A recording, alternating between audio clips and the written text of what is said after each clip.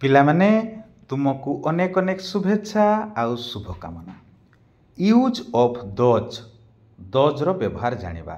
ତୁମେମାନେ ଜାଣିଅଛ ଦୋଜ୍ କହିଲେ ସେଗୁଡ଼ିକ। ବହୁବଚନ ଥାଇ ନିଜଠାରୁ ଦୂରରେ ଥିବା ଜିନିଷର ସୂଚନା ଦେବାକୁ ଦୋଜ୍ର ବ୍ୟବହାର ହୁଏ। ଯେମିତି ଚିତ୍ରରେ ଦେଖିପାରୁଥିବ, ସେଗୁଡ଼ିକ ଅଣ୍ଡା ଦୂରରେ ଅଛି ଏବଂ ବହୁବଚନ ବହୁତ ଗୁଡ଼ିଏ ଅଣ୍ଡା, ଏକରୁ ଅଧିକ ଅଛି ନାଇକି। ଏବେ ଟ୍ରାନ୍ସଲେଟ୍ ଇଣ୍ଟୁ ଇଂଲିଶ, ଇଂରାଜୀରେ ଅନୁବାଦ କରିବା। ସେଗୁଡ଼ିକ କ'ଣ? What are those? ସେଗୁଡ଼ିକ ଫୁଲ। Those are flowers. ସେଗୁଡ଼ିକ ଛେଳି ଛୁଆ। Those are kids. ସେଗୁଡ଼ିକ ବତକ। Those are ducks. ସେଗୁଡ଼ିକ ବିରାଡ଼ି। Those are cats. ସେଗୁଡ଼ିକ ସିଂହ। Those are lions. ସେଗୁଡ଼ିକ ଘୋଡ଼ା।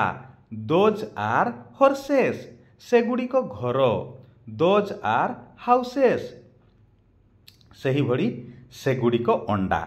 କ'ଣ ହେବ? Those R eggs.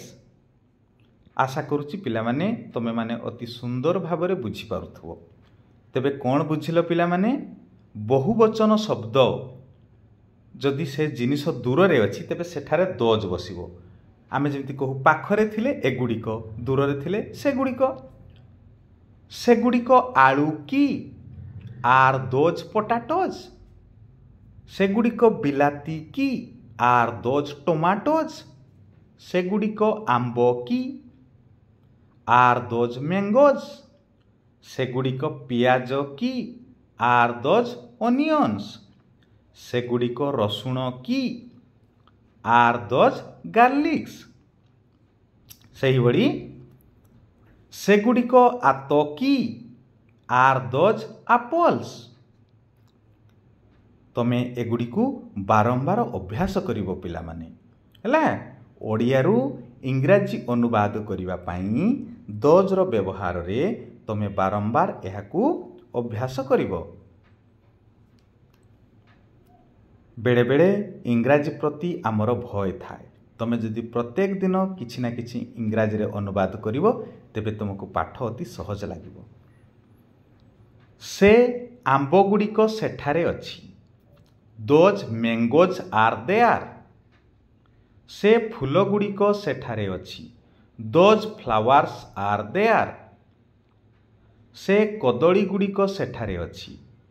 Those bananas are there. ସେହିଭଳି ସେ ନଡ଼ିଆ ଗୁଡ଼ିକ ସେଠାରେ ଅଛି। Those coconuts are there. ଏହିଭଳି ତୁମେ ବାରମ୍ବାର ଏହାକୁ ଲେଖି ଅଭ୍ୟାସ କରିବ। ଦୋଜ୍ କହିଲେ ସେଗୁଡ଼ିକ। ସେଗୁଡ଼ିକ ପାଖରେ ଦୋଜ୍ର ବ୍ୟବହାର ହୋଇଥାଏ। ସେଗୁଡ଼ିକ ମିଠାଇ ନୁହେଁ।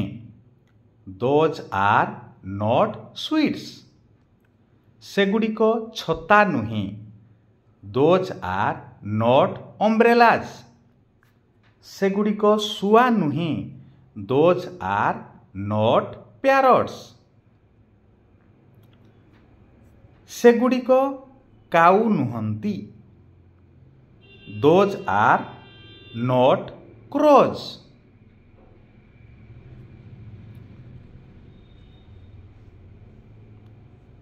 ସେ ଆମ୍ବ ଗୁଡ଼ିକ ସେଠାରେ ଅଛି। Those mangoes are there. ସେ ଚାମଚ ଗୁଡ଼ିକ ସେଠାରେ ଅଛି। Those spoons are there. ସେଗୁଡ଼ିକ ମୋର ପେଣ୍ଡୁ। Those are my balls. ସେଗୁଡ଼ିକ ତୁମର balloon. Those are your balloons. ସେଗୁଡ଼ିକ କାହାର ବହି? Whose books are those? ସେଗୁଡ଼ିକ ମାମୁନିର ଛବି। Those R ମାମୁନିସ୍ picture.